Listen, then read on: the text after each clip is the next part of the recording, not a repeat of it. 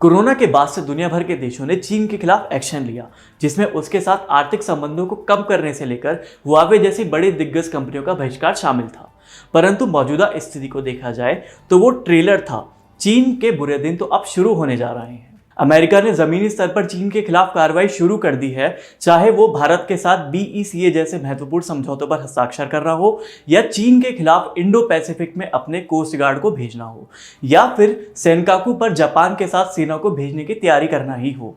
अब अमेरिका पूरी तरह से एक्शन में दिखाई दे रहा है और चीन को अब यह समझ लेना चाहिए कि यह अमेरिका की धमकी नहीं बल्कि धमाका है। दरअसल कल भारत और अमेरिका ने ऐतिहासिक बेसिक एक्सचेंज और कॉर्पोरेशन एग्रीमेंट यानी BECA डिफेंस पैक्ट पर हस्ताक्षर किए, जिसके बाद दोनों देश एक दूसरे से उच्च स्तरीय सैन्य प्रौद्योगिकी और भूस्थानिक मानचित्र और वर्गीकृत उपग्रह डेटा साझा कर पाएंगे।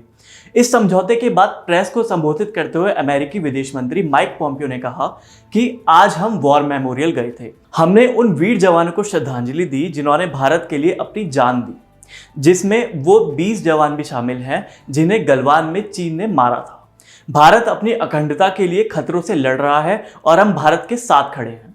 यह बयान उस समय आया जब चीन इंडो पैसिफिक क्षेत्र में अपने आर्थिक और सैन्य दबदबे का विस्तार करने का प्रयास कर रहा है और पूर्वी लद्दाख में भारत के साथ तनाव को बढ़ाने में लगा हुआ है। वार्ता के दौरान अमेरिकी पक्ष ने भारत को यह भी आश्वासन दिया कि जब भी भारत को उसकी अखंडता और सुरक्षा को चुनौती मिलेगी, अमेरिका हमेशा उसके साथ खड़ा होगा। यही नहीं, अमेरिका अब सेनकाकू द्वीप को लेकर भी चीन के खिलाफ एक्शन लेने जा रहा है। लेफ्टिनेंट जनरल केविन ने कहा कि अमेरिकी सेना और जापान की SDF सेनकाकू की रक्षा के लिए युद्धक सैनिकों को पहुंचाने के लिए इस्तेमाल की जा सकती है। इस रिपोर्ट की माने तो अमेरिका अपनी सेना को सेनकाकू द्वीप पर भेज सकता है। जापान के रक्षा मंत्रालय के अधिकारी उनकी टिप्पणी को चीन के लिए एक चेतावनी के रूप में देख रहे हैं, जो सेनकाकू द्वीप समूह के पास पानी में अपनी गतिविधियों को आगे बढ़ा रहा है। यही नहीं, जमीनी स्तर पर चीन के खिलाफ एक्शन लेते हुए अमेरिका ने चीन के इस हथियारबंद मछुआरों की आक्रामक हरकतों को रोकने के लिए एक बड़ा कदम उठाया है। व्हाइट हाउस के राष्ट्रीय सुरक्षा सलाहकार रॉबर्ट ओब्रायन ने 23 अक्टूबर को घोषणा की कि अमेरिकी तटरक्षक बल चीनी मछली पकड़ने के बेड़े के आक्रामक गतिविधियों पर रोक लगाने और नेविगेशन की स्वतंत्रता सुनिश्चित करने के लिए पश्चिमी प्रशांत में अपने नए फास्ट रिस्पॉन्स कटर पोत को तैनात करेगा। यह देखा गया है कि चीन कैसे मछली पकड़ने वाले बेड़े के साथ कई समुद्री क्षेत्रों पर अपना कब्जा जमा चुका है। अब अमेरिका चीन के इन हथियारबंद मछुआरों के खिलाफ नई पीढ़ी के तटरक्षक पोस्ट समुद्री सुरक्षा मिशनों को संचालन करने के लिए तैनात कर रहा है, जिससे सहयोगी देश जिनके पास चीन को रोकने की सीमित क्षमता है वो भी अमेरिका की सहायता ले सकेंगे। ट्रंप प्रशासन ने चीन के खिलाफ एक और महत्वपूर्ण कदम में ताइवान को $2.37 बिलियन में हार्पून मिसाइल सिस्टम को बेचने की योजना को मंजूरी दे दी है।